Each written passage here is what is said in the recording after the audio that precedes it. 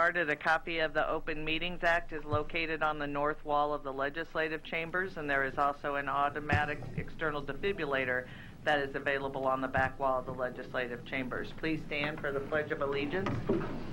I pledge allegiance to the flag of the United States of America and to the republic for which it stands, one nation under God, indivisible, with liberty and justice for all.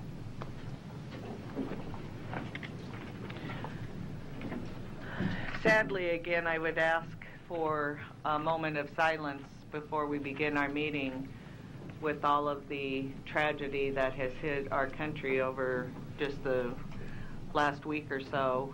I think it's time for us to reflect on how we as elected officials can stand together and again pray and hope and give people hope that there's easier ways, better ways to solve problems than violence, to get rid of the hate, to get rid of the racism in this country. And we as our county board here in Douglas County can stand together to do that. But for now, I would ask that everybody just give a moment of silence and think of those individuals that passed, that were killed, and their families, their community, and our country.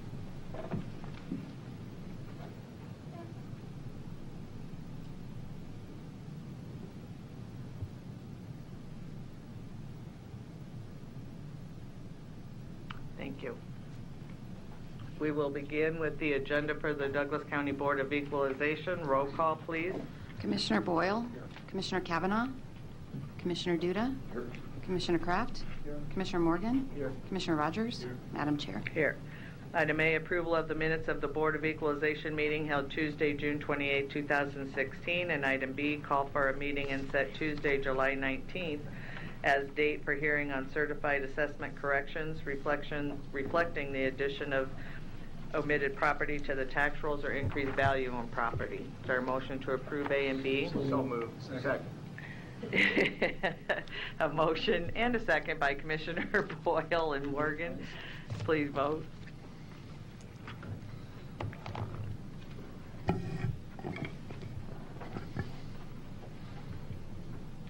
Motion passes. Citizen comments. Is there anyone in the chamber wishing to speak to the Board of Equalization about an item not on the agenda? Seeing none, we have two resolutions. Item D, approving application for tax exemptions on motor vehicles recommended for approval by the county treasurer. And item E, not approving applications for tax exemptions on motor vehicles recommended by approval by the county treasurer. Is there a motion to approve D and E and adjourn? So moved. Second. There's a motion by Kraft, seconded by Boyle. Any questions or comments? Please vote.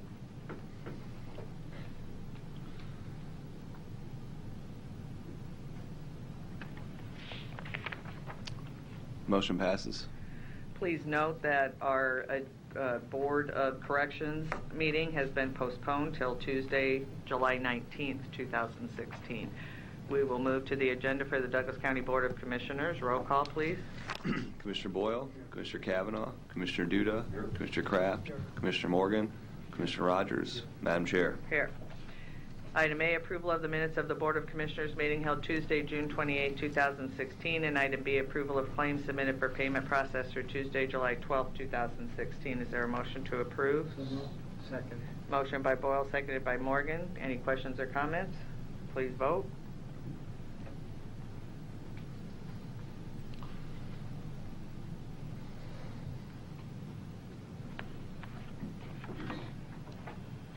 Commissioner Boyle.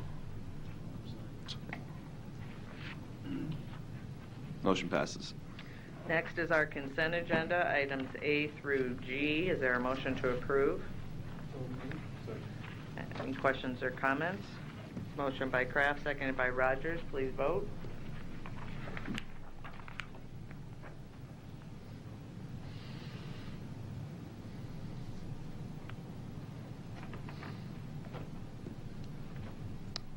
Commissioner Kavanaugh. Motion passes. citizen comments. Is there anyone in the chamber wishing to speak to the Board of Commissioners about an item not on the agenda? Seeing none, we have a presentation by our Douglas County Fair Boards, a preview of what's upcoming, presented by Rita Clark, the fair manager. Commissioner Kraft, did you want to say anything before she gets started? Thank you. Rita has been appointed to manage the Douglas County Fair, which is going to be before the State Fair for the first time in many years. And I believe she is extremely well qualified for both the position and this presentation. I turn the floor over to you. Thank you, Commissioner Kraft. I'm Rita Clark, the Fair Manager for the Douglas County Fair, and thank you for having me here today. Just going to give you a little taste of what we've got planned for next week. It's hard to believe it's already here. So the fair dates are July 21st through the 23rd. You may have seen some of the ads starting to run on Channel 6, Channel 7. An ad's been in the Reader, El Perico, and then the majority of the big advertising will start this week and this upcoming weekend. So we'll be in the Sunday World Herald all next week. We'll be on cable television, etc. So that you'll start to see a lot of buzz around the fair itself. There's been a lot of chatter on Facebook about it, positive and negative, but you know, chatter is chatter and press is press. So we'll happily take it. I think people are I've missed the Douglas County Fair for a lot of years, and so there's a lot of misconceptions, so we're hoping to set them straight a little bit and bring a new urban fair to Douglas County. So I just put together a little presentation, and pardon me, I'm not super tech savvy, but we're aiming for fun to be had by all at the fair. We will have open class displays, which we've traditionally had over the last 16 years down at the CenturyLink Center, but our goal is to more than triple what we've had in the past. And the entries are slowly coming in. The nice thing is they don't have to enter until the day of entries, which they can enter this Sunday at the Extension office, drop off items, and they can bring their items next Wednesday to the mall and enter them right then and there. And we've been doing some posts on Facebook. I put up a picture of my cucumbers, which I do plan to enter, up on Facebook. So we've got fruits and vegetables, flowers, baked goods, preserved foods, quilts, textiles, fiber arts, photography, fine art, sugar arts, which is your fancy cake decorating, rabbits, and poultry. And included in our rabbits will be guinea pigs as well. So for anybody to enter, it's $5 for the first 20 entries and then $5 per 10 entries after that. And all that basically covers is the cost of the ribbons and the cost of the premiums we pay out to the winners. So the top winner, your best of division, gets a $10 premium, and then it goes down from there. Your first place gets $5, $3, and $2. For ages 7 and under, it is free for the first 20 entries. So they can enter their drawings, they can enter their clay or Play-Doh projects, etc. But we try to keep it, pretty reasonable for the young kids. One reason we attached fees a few years ago was we had some people that like to abuse the entry process, and they would bring 300 items at the very last minute of entry at 5:55 p.m. and only pay $5. And so this was a way to kind of curb a little bit of that, and we've never had a problem with people complaining about it. So our fun and games, and the open class entries will be inside the mall. For those of you that remember walking through Crossroads Mall back in the day, we will be in the Gap store on the main floor. So it's about 8,500 square feet of space that we will be filling in that area. And then our sugar arts will be in another storefront because they also offer classes. They bring in national leaders and experts in sugar arts to hold seminars and classes. So our fun and games, you can see the Hungry Hippo Bounce House on the screen, and we will be having that at the fair. We went with all bounce houses, did not do a carnival or midway, just to make it fun and easy. And we've got bounce houses for toddlers and obviously the obstacle course ones for the older kids. Edgerton Explore It out of Aurora, Nebraska is bringing their science shows, so they're going to be doing Arctic Blast and Bubbles. We've got magic shows from the Nebraska Magicians Association. We'll have gardening tips from the Extension Office and the Truck Farm Omaha. The quilting guilds are going to have activities for kids to do where everybody can create a patch of a quilt, and then they'll put that all together and we'll display it next year. Tandy Leather is going to come and let kids do leather stamping, etc.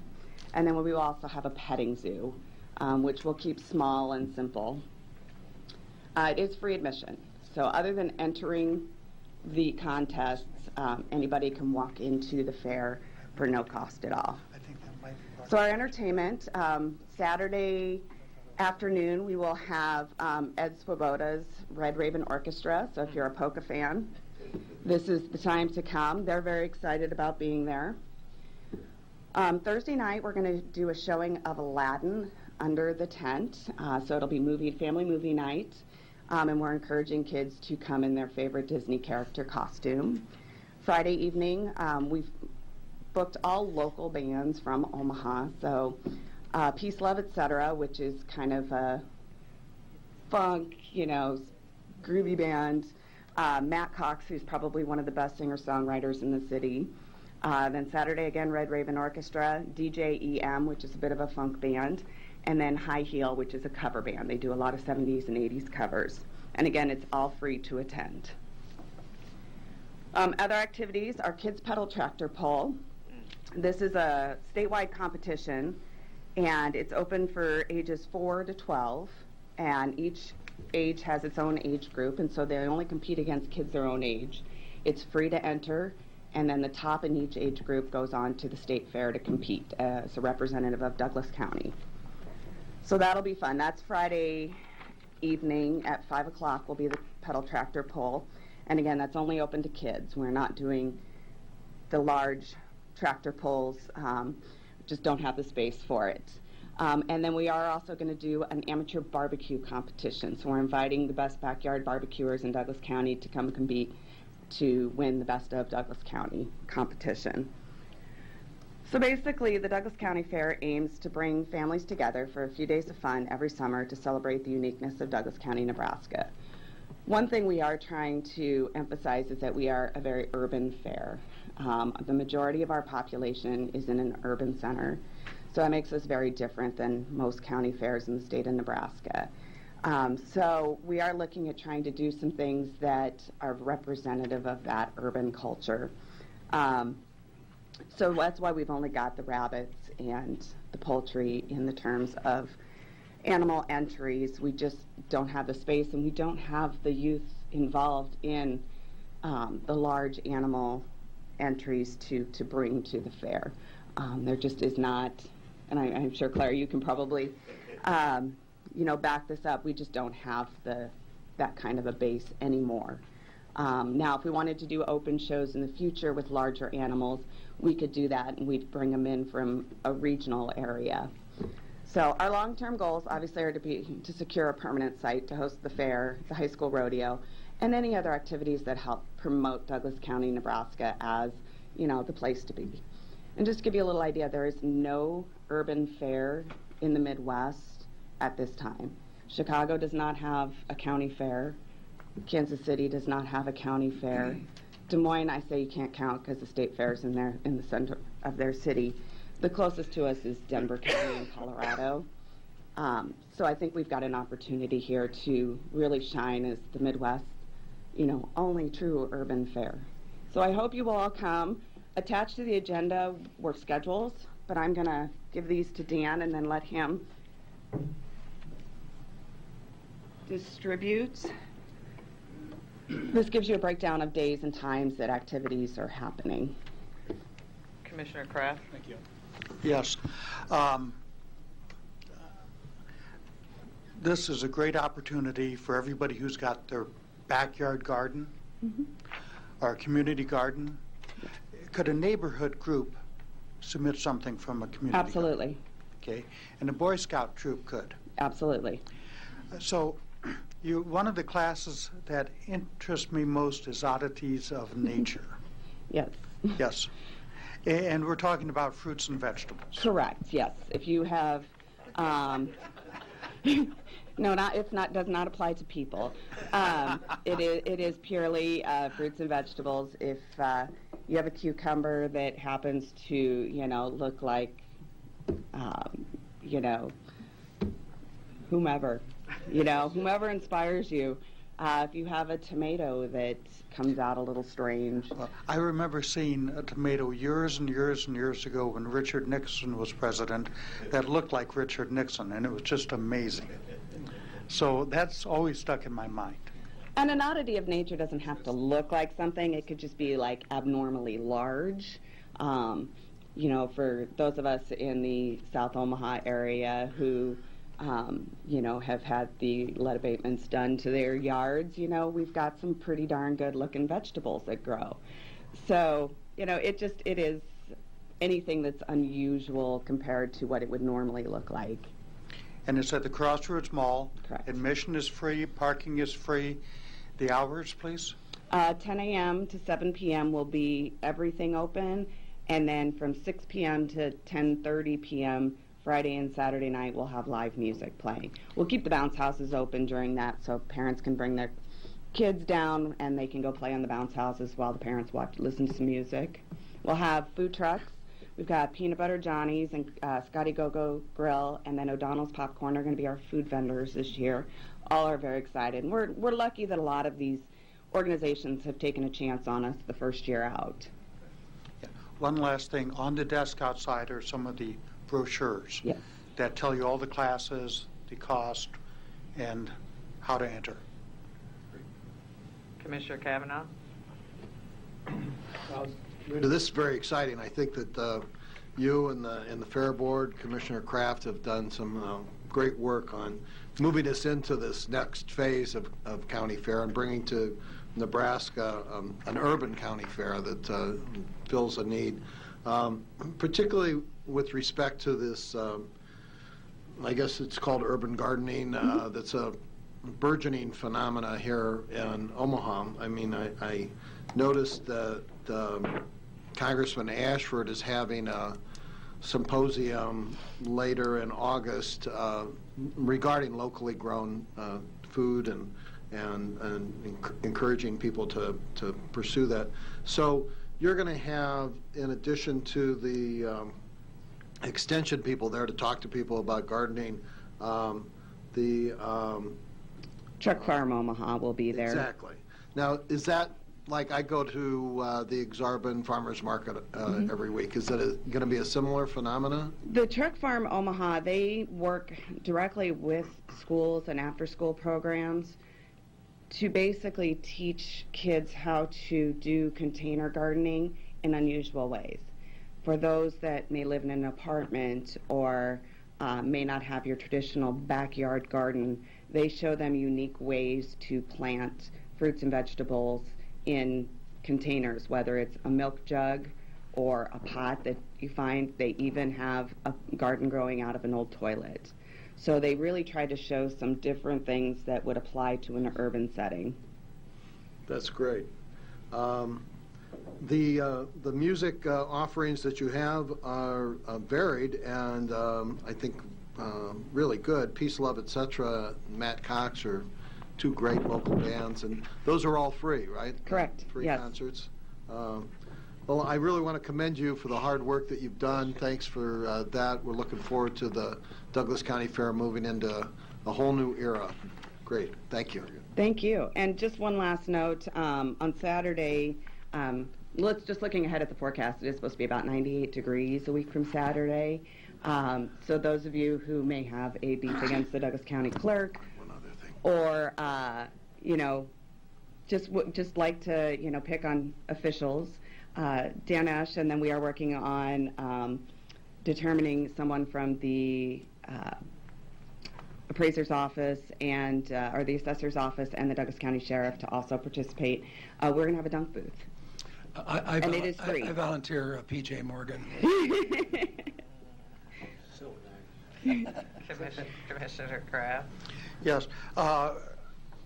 Commissioner Borgeson, are we going to have any of the departments showing up to display and tell the, I don't know if anybody responded. Right now, I've got the Sheriff's Department is the only one right now that will have a table. okay.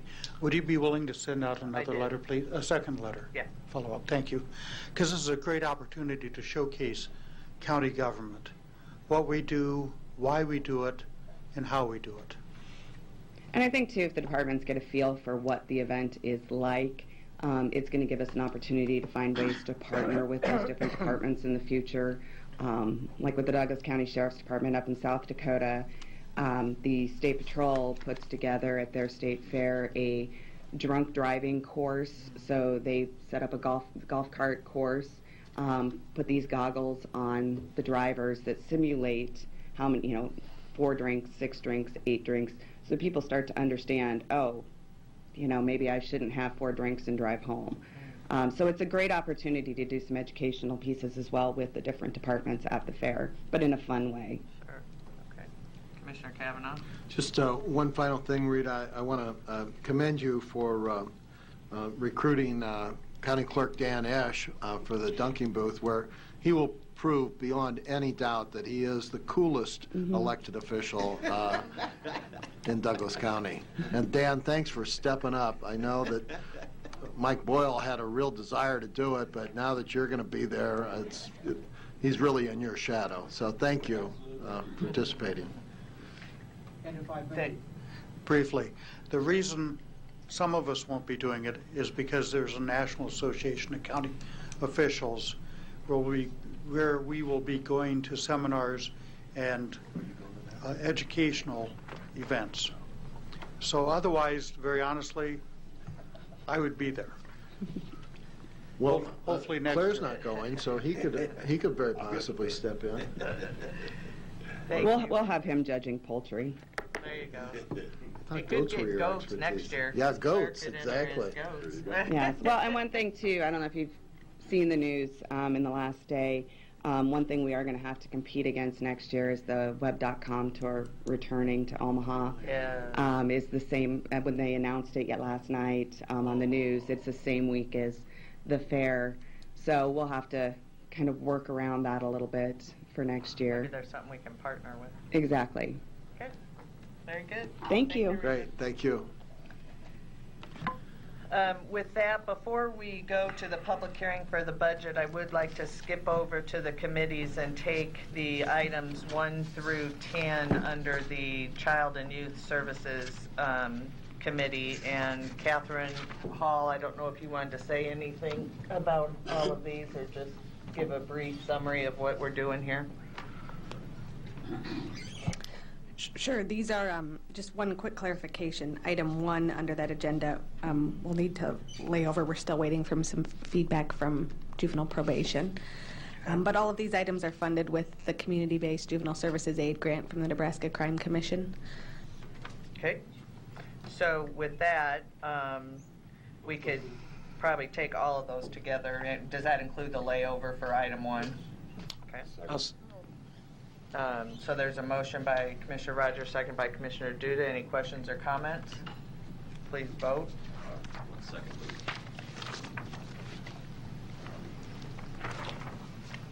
Okay.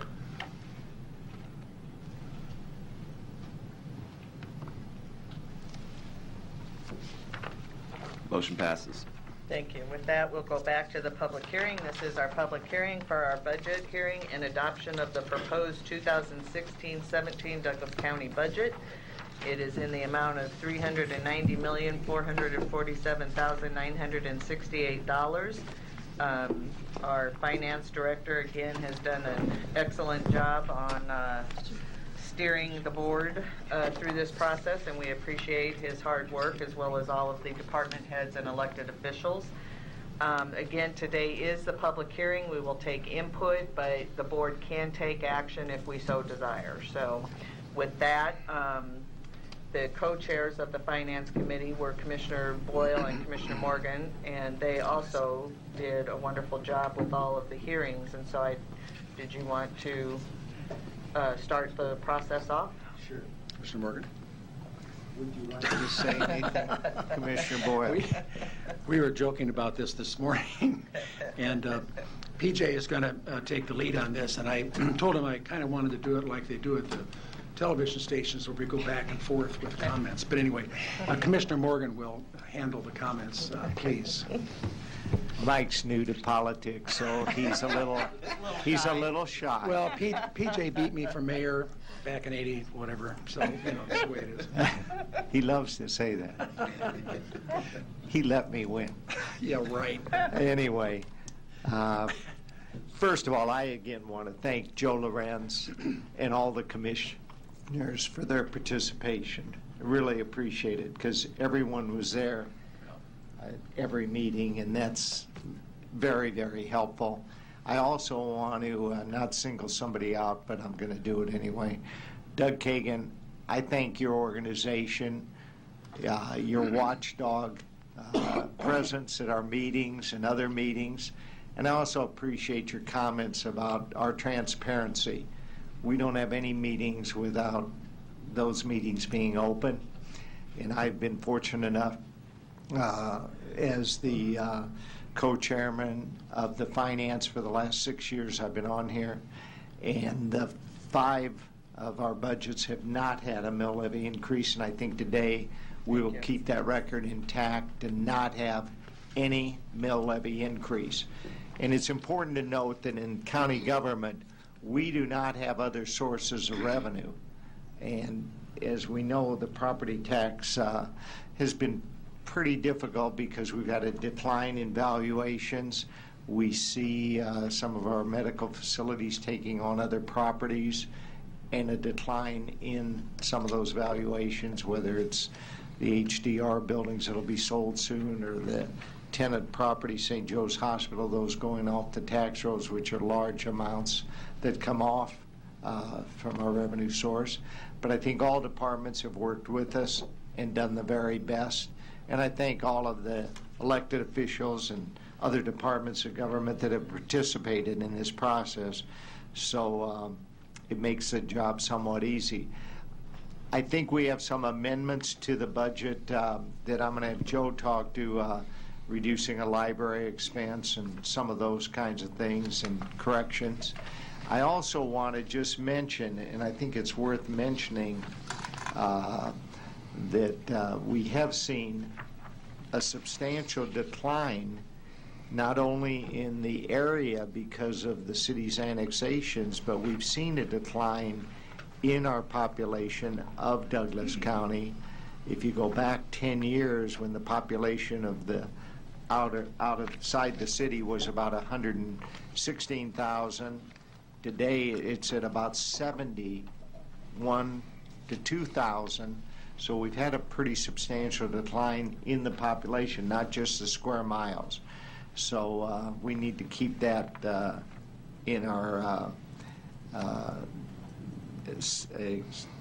basically our looking at our budgets of county government, because we are seeing that decline, whether it's the sheriff's department or some other areas.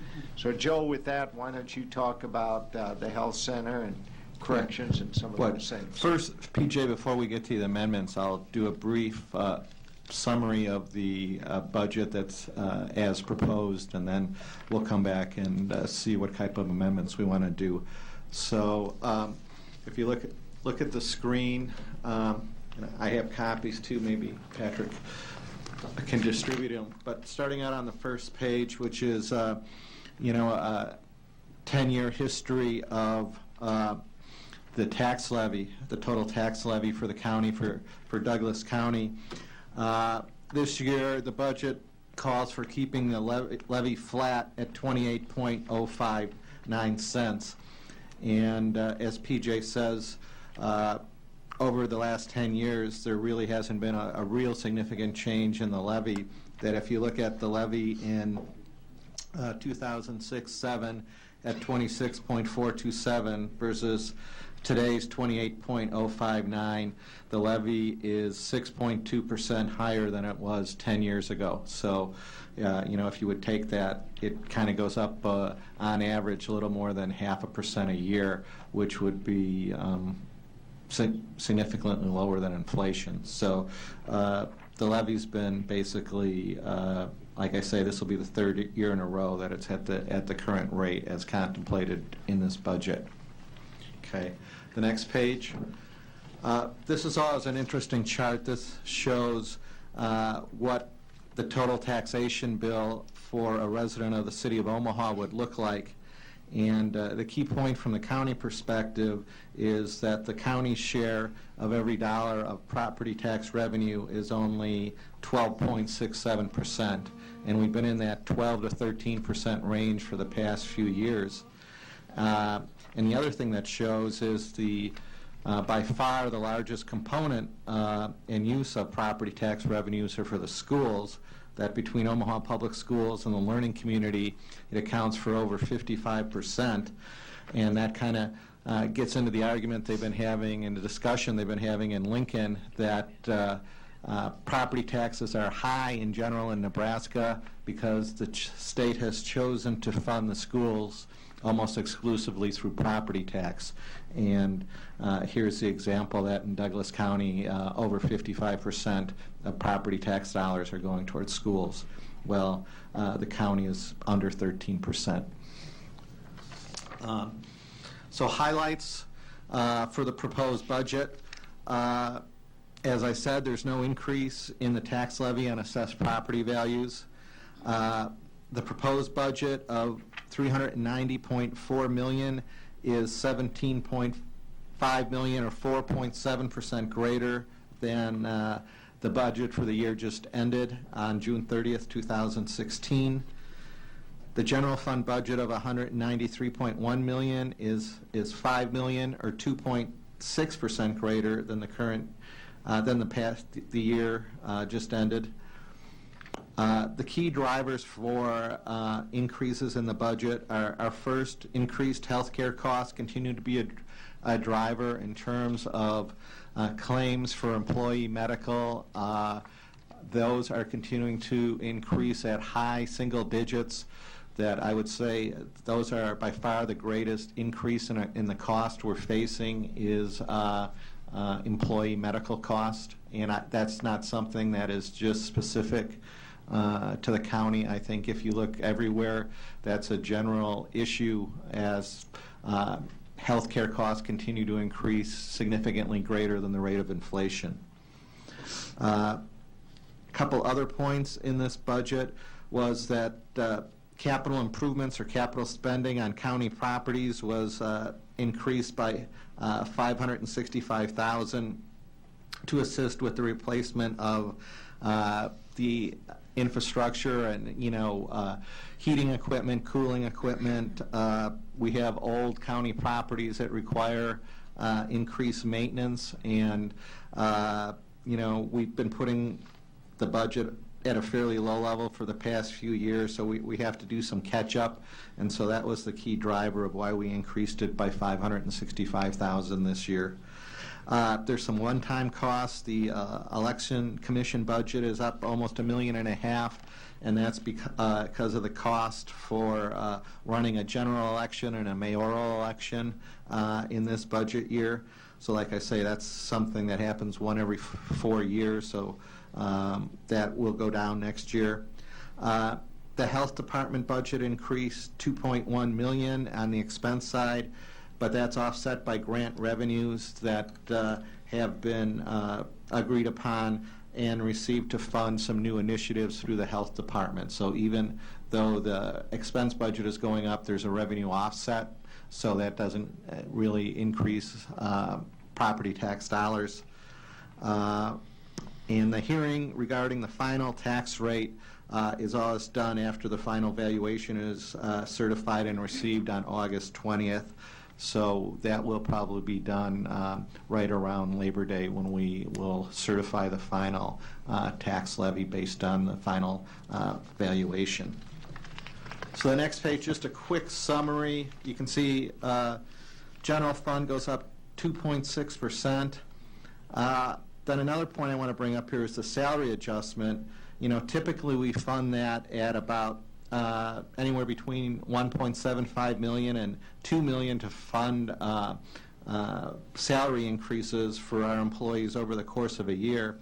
This year you can see it's $7 million. So $5 million of that it has been put into the budget because in the year we're in right now is an event that happens once every 13 years where we have 27 payrolls instead of 26, because the way we don't pay people twice a month, we pay people every other Friday. So every 13 years there's an additional pay period within the year, and this happens to be the year, and each county payroll is $5 million.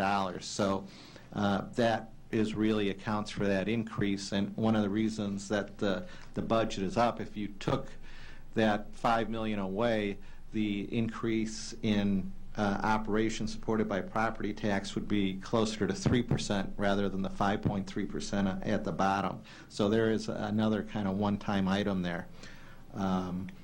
So like I say, this page just kind of summarizes the different key budgets that are funded by property tax. Okay. The next page, sources of revenue for the county. Again, as PJ alluded to earlier, the county is very dependent on property tax. It accounts for 41% of our total revenue and is really, we stand in a lot of ways on a single leg when it comes to taxation, and that's property tax. The other important contributors are the general fund department revenue, health center revenues, and health department revenues. So that's kind of how the county is funded. And the last page is just the taxable valuations that the property tax is based on, and at this point we're estimating total valuation of a little over $40 billion in the county. That is up about 4.7% year over year, and that number does reflect the Turk ruling that increased some properties by valuations by 7% and decreased others by 8%. And we'll have a final number on that on August 20th, but that's the latest projection. And if you look, last year was up 3%. That was almost all driven by commercial property. This year, the 4.7% is primarily driven by increases in residential property. So that's kind of the overview of the budget, proposed budget. I don't know if there's any questions or discussion people want to have on the proposed budget. Joe, thank you, and you can see why we praise both Mike Boyle and I, and Mary Ann, as she stated, I just mean publicly, of the good job that Joe Lorenz does on behalf of the citizens of Douglas County. I also want to say something about Commissioner Boyle. He has worked and looked at numbers, and we've already talked this morning. We had an 8 a.m. meeting. We were talking last night at 8 o'clock on the phone about it, looking at expenses, and plan to start some discussion in September, October, to look at some things that Mike has brought to all of our attention, or my attention especially. So we stay on this year-round looking at the budget and expenses of different departments and our own. So that is, again, most helpful. I don't know if there's some other commissioners that want to comment, in public, too. Okay. Commissioner Kavanaugh? Thanks. Yeah, I'd like to commend the co-chairs of the Finance Committee and our Finance Director for a job well done. Anytime we can bring in a budget that does not involve a property tax increase, but does provide the essential services that the citizens of Douglas County rely on us for, I think that we've done a good job. And so, Mike and PJ, congrats on that. Thank I know you. you worked very hard and done well. As far as the annexation question goes, PJ, that you brought up, it is important to recall that many, if not most, of our services serve the entire population of Douglas County. When the Treasurer's Office is doing license and registration, they're doing it for everybody that lives in Douglas County. The same with the Health Department, same with Corrections, same with many of the departments that we fund. And so when the city annexes, that does have some effect on some of our services being co-opted by city services, but the vast majority of what we do doesn't make any difference if you live inside the city or you live outside the city. It's Douglas County residents that we're serving. And so when you look at this budget, you need to think in terms of the services that we provide to all the citizens of Douglas County. And that makes it even more significant, I think, that we're able to do all the important things that we're able to do and keep it inside of a budget that doesn't involve any property tax increases. We are not happy with the Turk decision relative to increasing, or for that matter, decreasing property tax valuations for residents without any input from their local elected representatives. And we're appealing that decision to the Supreme Court, and hopefully they'll see the light and rule in our favor. But that said, we're in a fairly good position financially. I think that Mr. Lorenz has informed us that we enjoy a AAA bond rating. Is that right, Joe? Correct. And that can only be enhanced by this sound fiscal policy that this budget represents, which is important to us going forward into the November bond issue that we hope the voters will look favorably upon, that allow us to do some things without property tax increases. The bond issue that will be on the ballot in November is sound fiscal policy, an extension of the sound fiscal policy represented in this budget that will allow us to do important needed upgrades, particularly of our first responders, without a property tax increase. So again, I'd like to commend the Finance Committee co-chairs for moving that process along as well. And I think that this represents a really forward-looking use of our excellent credit to allow us to do some needed upgrades of the first responders components of Douglas County government without a property tax increase. And that's a good thing. And you gentlemen need to be commended for your foresight in pursuing that. I think that what we've got here is a package that the community should be satisfied with in terms of responsible provision of needed county services at the lowest possible price that we can to the taxpayer. And that is, I think, good government at its best. And again, I'd like to commend the Finance Committee co-chairs and our Finance Director, and really the staff and the commissioners as well for a job well done here. And we look forward to moving forward in the same enlightened fashion in the short term with the bond issue in November, and in the long term maybe with doing some very good things next year in terms of the property tax rate. Thank you. Commissioner Boyle?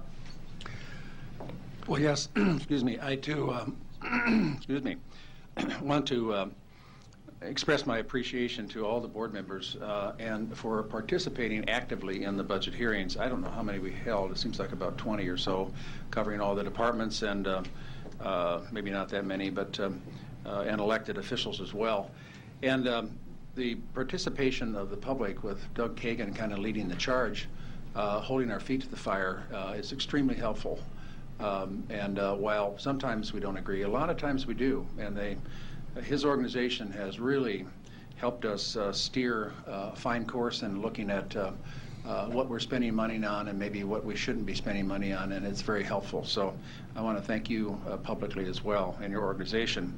And it also goes without saying that we have a very active chair, Mary Ann Borgeson, who helps us, guides us in this all the way through. And then our staff sitting up on the row behind us, and particularly Joe Lorenz. We're very fortunate to have him. He's from Chicago, so he gets politics really well, which is great. I give him a hard time once in a while. But also our CAO, Patrick Bloomingdale, and our assistant, Diane Carlson, and the legal beagles back there who try to keep us out of jail. We appreciate their help a great deal. So I do want to mention just a couple of things that I think need to be talked about. Next year, I hope that I'm appointed to serve on this committee again with Commissioner Morgan. He is really a very good friend and very We don't agree on everything all the time, but his business experience, what he brings to this board, is extremely valuable. This morning we were in a meeting and he calculated some things in his brain on what percentages were and so forth. And it's just, to me, is I have to take my shoes off to do that sort of stuff. So I do appreciate his skill and his wit as well. But we're coming up with some things next year. What I brought to his attention and to Joe's recently was that I looked at some, during the meetings, we have a board that Mr. Kavanaugh is looking at right now, a notebook of expenses as they come around. And I'd like, frankly, to see that stop. I'd like to see it done when we're not distracted by a meeting, because we're signing payroll. One book is payroll and another one is expenditures. And I look at those expenditures and I make notes of them. Well, I did that and I pulled out a whole slew of them. And so I sent them to the clerk's office and said, what are we spending in these cost centers? And it's really an eye-opener. And not all of it is extravagance, not that any of it really is, but sometimes there's some pretty big figures. And one of the things that popped out, which I've talked about before, is telecommunications. We're spending about $250,000 on cell phones, and we're spending about $600,000, which may be 911, so it has to be filtered. But we're spending about $1 million on telephones of one sort or another for county employees. And we need to take a look at that and see if this isn't duplication. We also have beeper systems too, that people wear beepers, and so they've got a cell phone, they've got a phone at the office, and they've got a beeper. Some people, a little overdone. And I think we need to take a look at it to see if we can't cut that spending. But I'd like to focus next year, in addition to what we normally do on budget, focus on spending by account number. It's really revealing, and it does take a different look at what we're spending money on. And to me, it's a real eye-opener. Next year, I hope that we are in a position to do something about the problem, really the crisis with mental health in our community, not only for those who are in our correction facility, which about the correction director, Dr. Foxall, estimates 45 to 50% are suffering from some sort of mental illness, all the way from depression up to schizophrenia.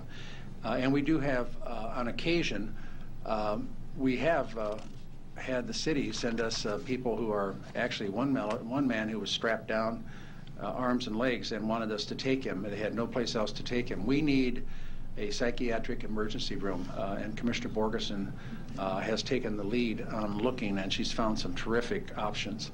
We also need a mental health court, which comes from Miami, and I heard that we went back to Washington and had a really terrific presentation by really doers and shakers. And so those two things need to happen. We need to get those in place. It will change what happens to people who are suffering from mental illness, who are picked up by the police. They will have a place to take them, and we won't see people like recently we had a man who ate dinner, thought he had a coupon that was good for one free meal. It turned out it expired, and he got arrested, spent 3 days in jail. He was mentally ill. Should have never happened. But everything was done according to what should have been done today. That's what happens, and we need to change that. Finally, I want to say that I'm looking forward to Mr. Kavanaugh's committee taking a look. He has the Administrative Services Committee, inventorying our buildings and possibly working, I think we need to, with the city, Metro Community College, and other governmental bodies to see where we can do things more efficiently by sharing space. I know the City of Omaha is looking at another police precinct. We should be involved in that conversation. I think there's a lot of things that we can change that can really be effective, and get a plan to upgrade our buildings. We've got a couple of them that are spending money buying pails to catch water when it rains. That is not a good expenditure. So let me close by saying I really appreciate the privilege of serving on this committee. I'm really having a lot of fun doing it. I am a nitpicker. I know I drive some people crazy, but that's my job. So, Very good. But thank you very much. Commissioner Kraft? Yes. Many people know that I've been involved in truth in budgeting and in open government. we are working on, and we've been working on it for quite a while, and I've been pushing for it for at least 2.5, maybe 3 years, a searchable database open to the public dealing with the checks that Commissioner Boyle is talking about, so that the public can look up each item number. Now, right now, we, the commissioners, get an email on, I think it's Thursday, showing us the things in the book we're signing today. Is that correct? Dan? Friday now. Friday, okay. So that we can preview it. Thing is, these are commitments we've already made. There should be some way, if we want to control it, where we look at the invoices before they're issued. Otherwise, we really can't do anything about it because we've already signed a contract, so to speak, to pay these bills. If you look back at this year's budget, you can tell a lot about next year's budget and the years past. We are very much on, this last year's budget was on track. It was most people within 1 or 2% of what they said they needed.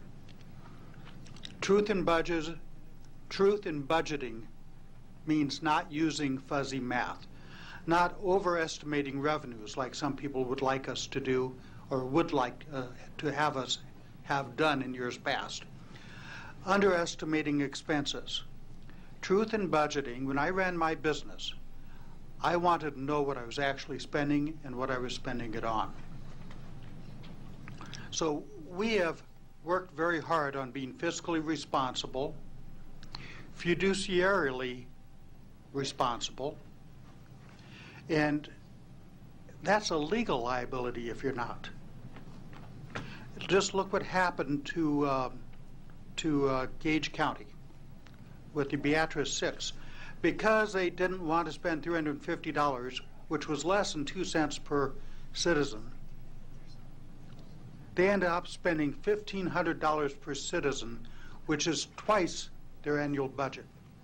Not twice, I mean, so more than their annual budget. How are they going to pay for that? We do not want to get ourselves in a position like that. We need, a lot about government is risk management. And we as a board and we as a county, I believe, do a very good job in risk management. So I'm in favor of this. I'm upset about the Turk decision, but that's beyond our control other than protesting and filing a suit and hoping we win. But just this budget does not contain any fuzzy math, and I'm very proud of our members for doing this. Thank you. Commissioner Morgan? I was going to ask, what is the status of that appeal to the Supreme Court? Therese, is there any, and not today necessarily, but maybe next week, you might let us know if there's any update on the status and when we might hear something back on that 7%? Certainly, Commissioner. I'll provide you an update next week. That'd be great. Okay. Thank you, Therese. With that, there are no other commissioner lights on at this time. I will open it up to the public now for comments, if you'd like to come forward. Again, this still is the public hearing on our budget. Hi, Doug. Good morning. My name is Doug Kagan, 416 South 130th Street, representing Nebraska Taxpayers for Freedom. We thank Douglas County Commissioners, other elected county officials, department heads, chief financial officer, and staff who provided us with information during the several intense budget committee hearings. The citizens of Douglas County are fortunate to have a county government willing to share information so transparently with the public and welcome our input. Several county departments are doing a very conscientious job of cutting expenses and or increasing their revenues, thereby alleviating the burden on taxpayers. Our group endorses this budget, though we know how difficult it was for county officials to match revenues to expenditures. You have received our lengthy County Watch white paper with details of our budget analysis. I want to mention only a few advisories here. Use local private sector costs and performance standards as standards when evaluating cost and performance of county services instead of comparing with other similar public entities. Continue to refinance county bonds.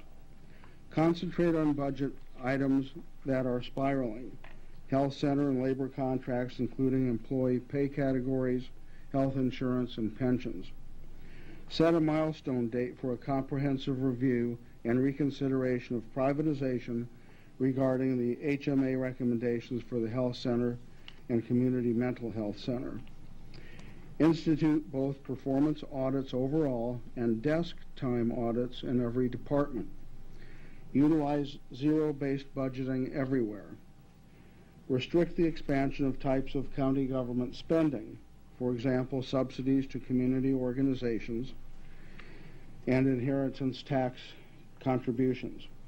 Lobby to remove unfunded and underfunded state and federal mandates. Eliminate some non-mandated services. End all longevity, specialty, and other added pay like step increases, special time off, and tuition payments. Require employees to pay more of their salary into the pension system. State patrol officers now pay 17%.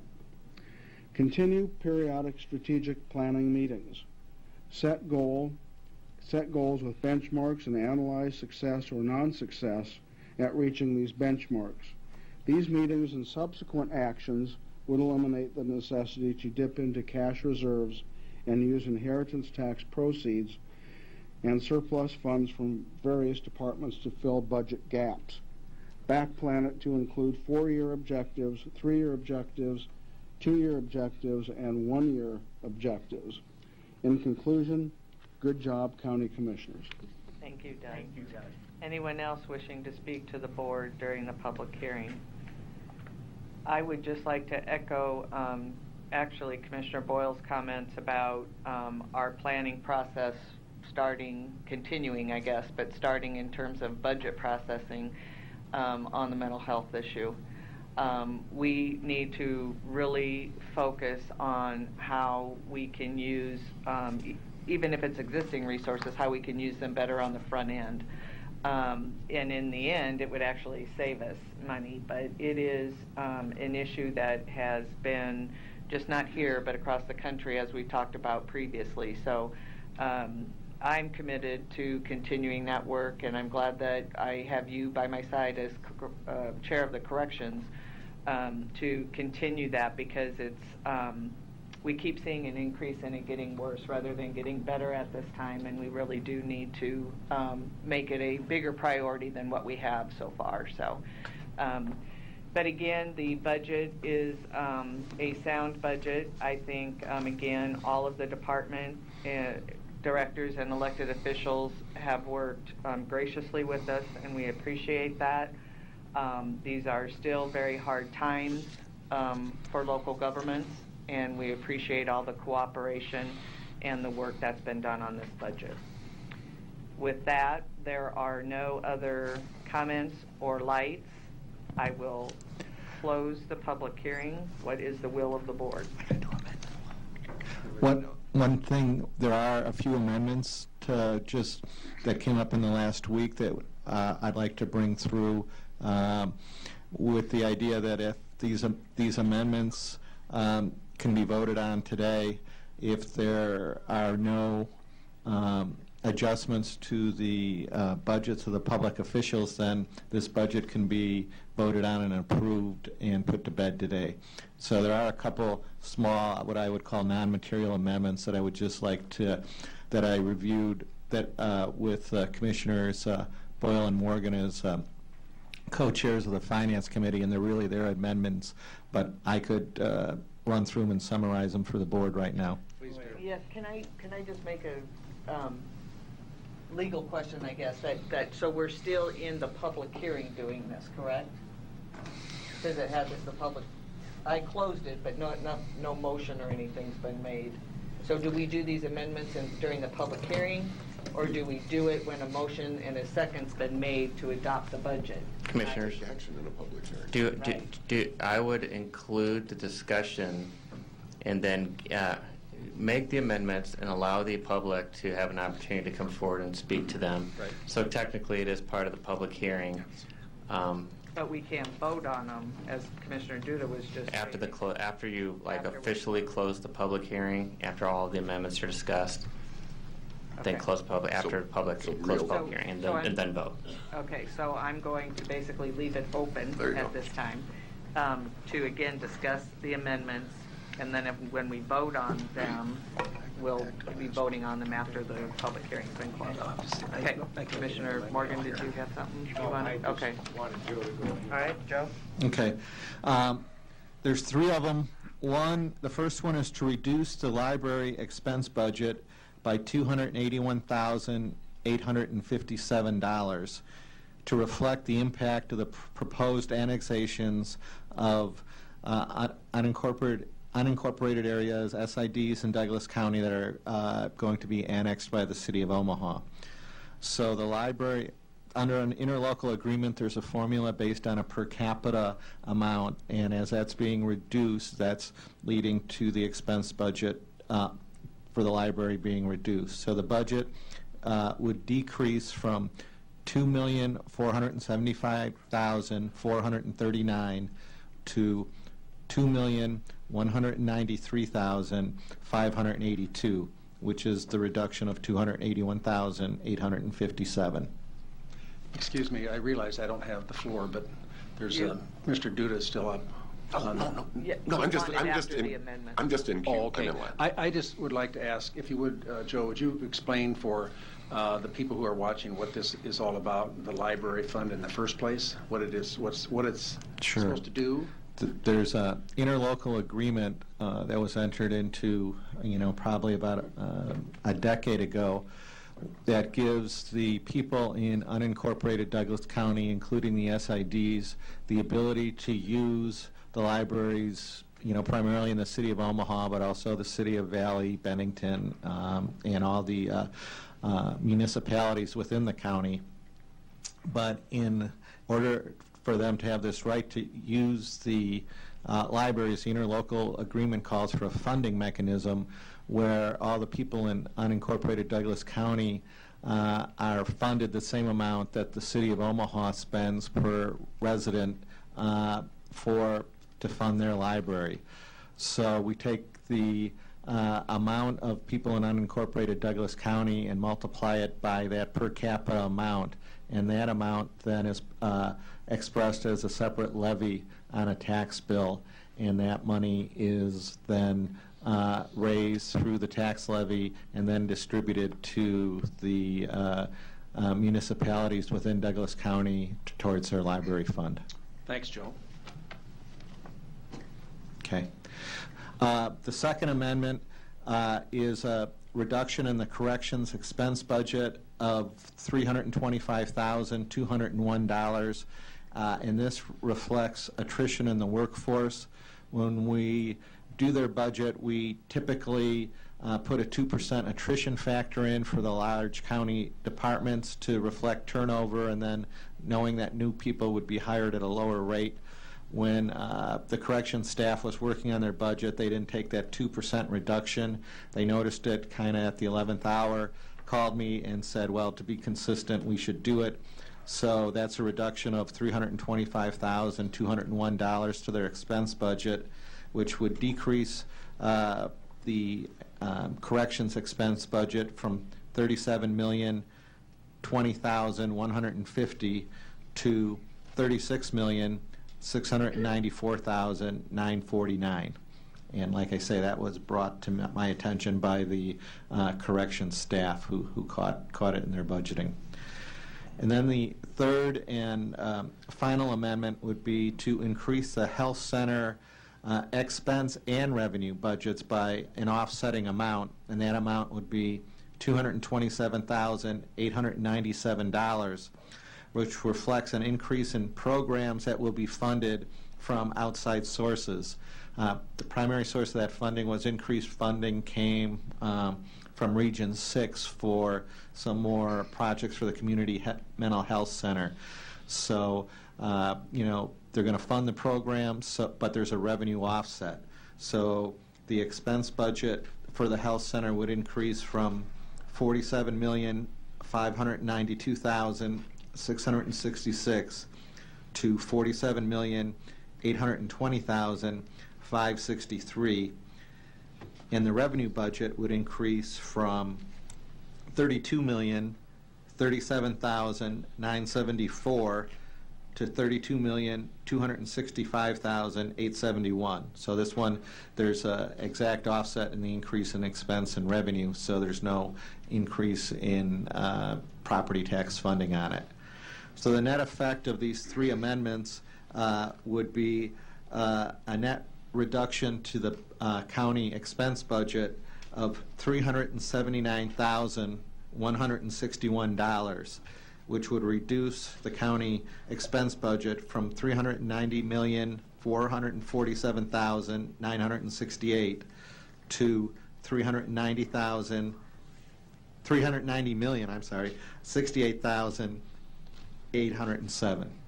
So that's the net impact of about a $380,000 reduction to the expense budget for the county. So those are the three amendments that I had. Okay, thank you. Are there any discussions on those amendments? Commissioner Duda? Thank you. If it's okay to move on to another amendment, I mean, those all sound good. It's a good budget. I commend everybody involved with bringing this final product for our consideration. There's only one place in it, well, there's a couple, but only one place that I intend to propose an amendment, and that is I am not comfortable with how far we're cutting the sheriff's budget. We're making a $250,000 cut there, and I get that figures will show that the population of unincorporated Douglas County during a certain time period has gone down a little bit.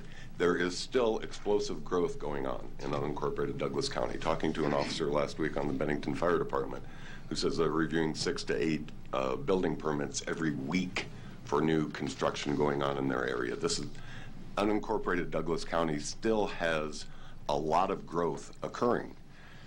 For us to say Omaha annexed and therefore they don't need as many people ignores things like when Omaha annexes, they still use the sheriff for their priority 1 and 2 calls. I mean, the sheriff responded to over 700 calls last year in Omaha.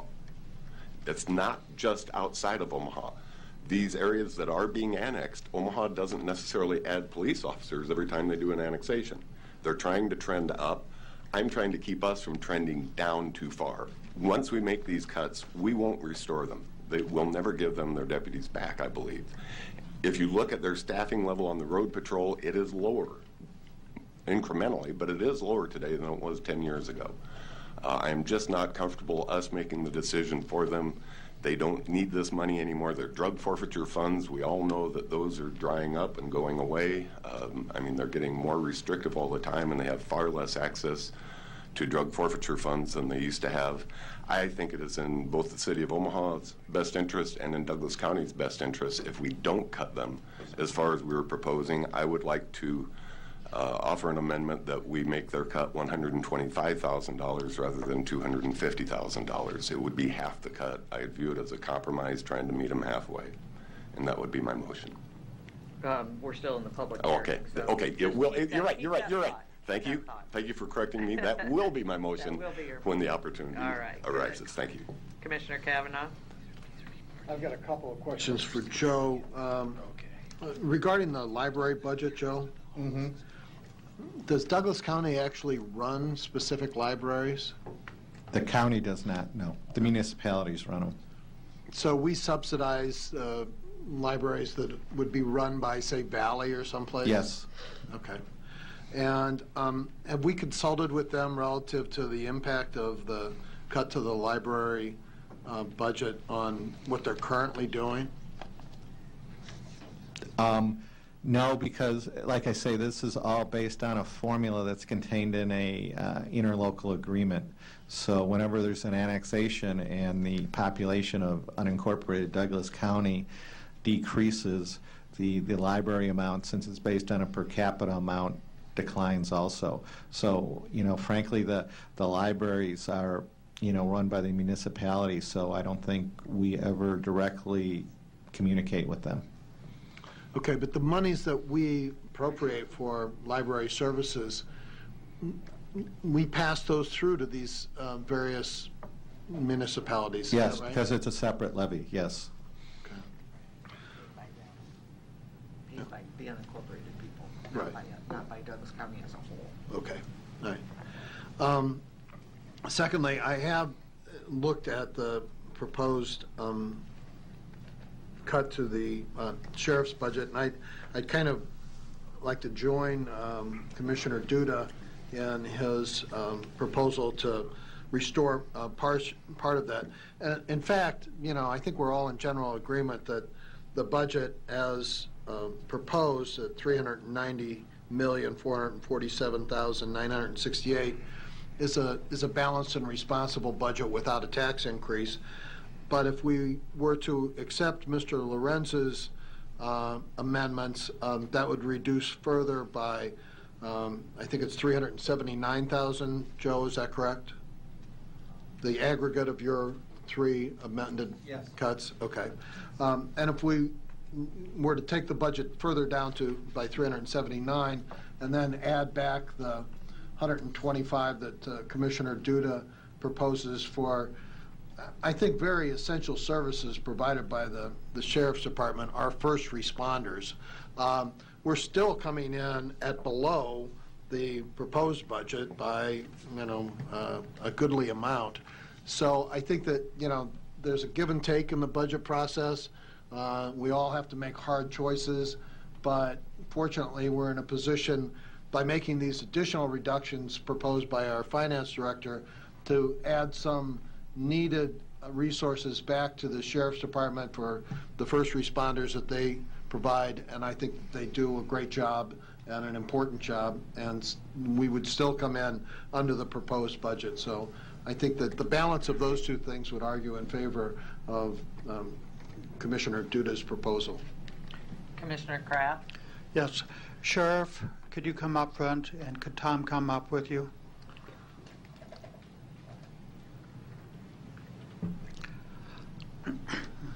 I wasn't aware of this amendment, so I'm going to ask you some questions so I can decide. What percentage of your resources go to strictly or mainly patrolling outside the city limits? Well, that just depends. Those calls they come into 911. If an Omaha police officer is not available, then we take those calls. In the newly annexed areas, I think the article in the paper last week, the mayor made a comment that police services would be minimal because there was just a handful of priority 1 calls.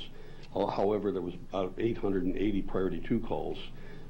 Given our experience, as Clara mentioned earlier, given our experience of how many interlocal calls, as we call it, interlocal calls because of the agreement, given that experience, we suspect that we'll be answering most, if not all of them. Okay. The public may not know a lot of the other duties you do, such as serving warrants.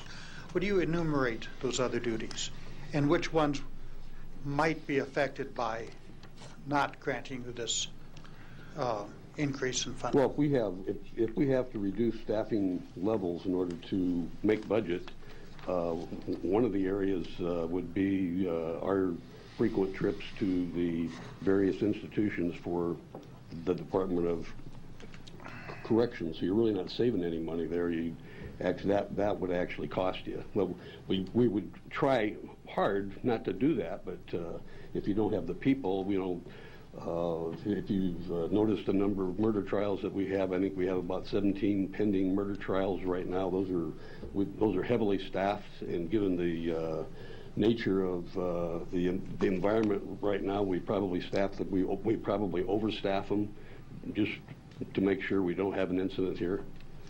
Other things that we do that would affect staffing, Tom, help me out here. Sure, we have a narcotics function, our warrants function. The Court Services Bureau makes up almost 40% of our entire budget, and the Court Services Bureau serves the entire county, predominantly the city of Omaha. Our patrol function probably represents somewhere in the low 20s percentile of the overall budget of the Sheriff's Office. We have investigations, of course, patrol, as you mentioned. Okay. Anything else you want to add in support or in defense of Commissioner Duda's proposed amendment? Well, as we discussed at our budget hearing, when we originally came up with our budget, it came in at about $16.1 million. We cut out about, I want to say $400,000 or $500,000. Essentially most all training and equipment we cut out of the budget because we realized it was such a lean year. The remainder of our increase has to do with paying for subscription services for service and maintenance. You can't buy a piece of software, hardware, without a service and maintenance agreement. So what we were asking for was to fund our existing operation. And I'm going to assume that a number of people who are listening, when you said subscription services, are thinking of magazines, while you're talking about software and related maintenance agreements. Is that correct? Yeah, that could be copy machines. That could be we're implementing our records management system right now. And I just wanted to clarify it for the public. Well, Commissioner, when I say subscription services, what I'm referring to are like a pawn subscription service, so that if we recover items, we can check pawn shops to see if they're stolen. These are other criminal justice databases that we subscribe to. I'm not referring to like the Omaha World Herald subscription. Right, and I knew that. I just wanted it clarified. I have nothing else. Commissioner Morgan? Okay. I'm not going to ask anything. I appreciate the work all of you people do and the leadership and your participation in the budget. Couple things. One is, if you did this, and I'm not really in favor of doing this, we would have to have another public hearing. We can't just do this, whether we're reducing or raising an elected officials. And Therese, you can correct me on that, because I'm not for sure the brightest one in this room, maybe at this table for sure. But anyway, that would be one thing.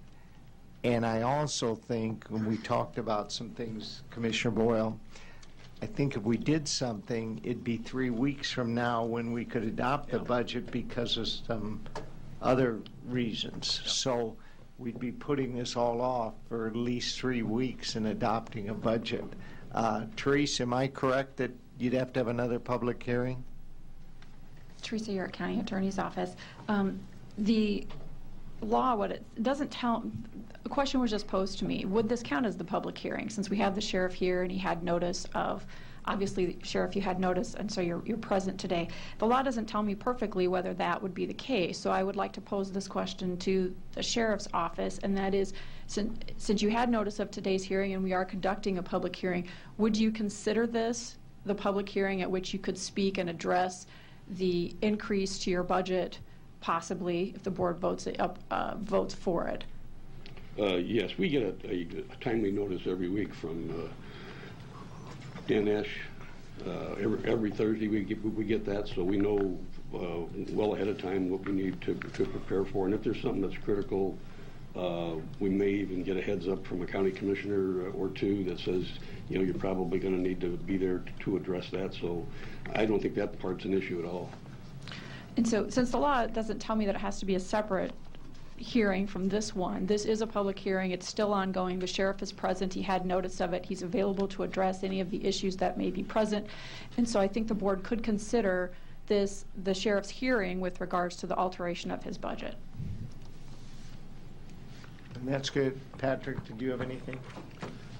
No, I was just going to say that this whole thing stemmed from that lawsuit years ago by the elected officials when you reduced their budget and did not have an additional public hearing. So the whole intent of it was, when the judge issued his order, was because of the autonomy of the elected officials' office, they should have been provided with another opportunity. So that was the whole genesis of it. So I would agree that as long as they are being, for all intents and purposes, all being provided with another opportunity because he's here, then it should be fine. Okay, good. All right. Okay. Perfect. Commissioner Kavanaugh? No, I think that answers the question. Yep. I appreciate it. Yep. Okay, any other amendments that want to be discussed during the public hearing? Any other questions or comments from anybody? With that, I will close the public hearing Is there a motion and a second for the budget, to adopt the budget at $390,68,807? So move. Commissioners, I'm sorry. Wait, if we want to reflect that last amendment for the sheriff's office, which would be a $125,000 increase. And the other amendments as well. And the other amendments, the net impact of all the amendments would make the budget $390,193,807. Okay. All right. So again, the motion would have to include the adoption of the budget with the amendments that Joe talked about and with the increase of the $125,000 for the sheriff's department. And that again would leave it $390,193,807. Commissioner Morgan. Should we keep them separate so that Commissioner We Duda can. can make his motion? We can, if that's Just, how you want to do it. Well, we need to include Joe's. yeah, we can do that also at the next one. Okay. I mean, Just give me a motion then for adopting the budget, 2000. Do the amendment first. Right? Yeah, I was thinking we do the amendments first, so I'd say, I'd make a motion to adopt A, B, and C of Joe Lorenz's changes to the budget first. Into the budget. Into the budget. Into the budget, I yes. second that. All right, so there's a motion and a second to adopt those amendments. Motion by Commissioner Morgan, seconded by Commissioner Boyle. Commissioner Duda. No, just. Do you want to vote on those amendments before I Yes. propose mine? I'd Then I'll like stay to. quiet. Thank you, Claire. Yep. I really appreciate Fine, that. fine. Just one moment, please. So we're just voting on the amendments? Yeah. The three, The three amendments, correct.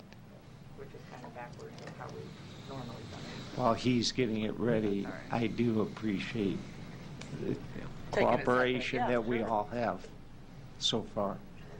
Okay, please vote.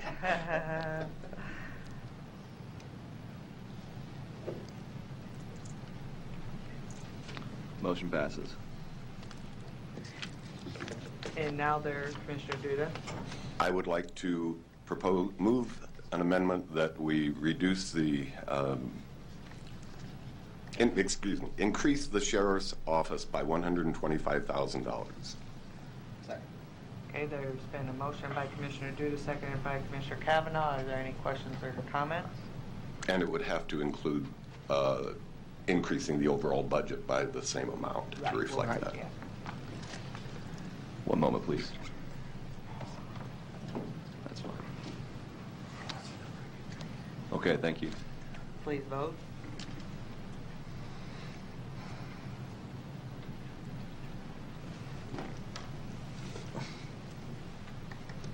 Motion passes. And now I need a motion to approve the overall budget, So- again, in the amount of $390,193,807. So moved. Second. Motion by Commissioner Duda, seconded by Commissioner Boyle. Please vote.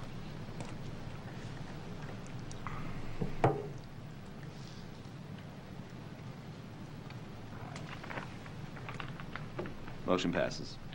With that, the only committee meeting, or committee, was the Finance Committee, and there's nothing there other than the budget report that's always there as presented.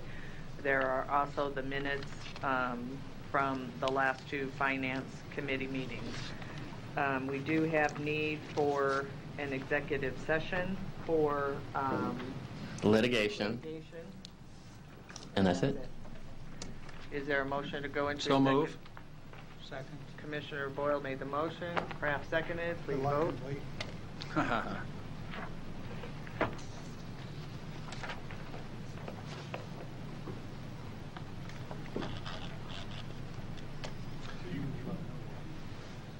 Good. Motion passes.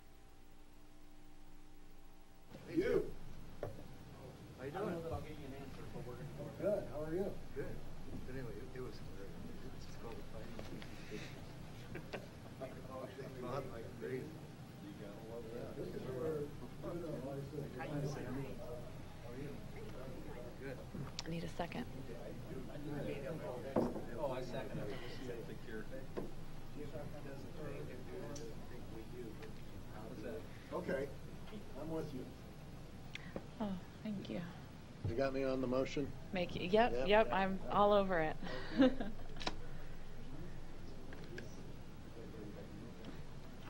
Motion passes.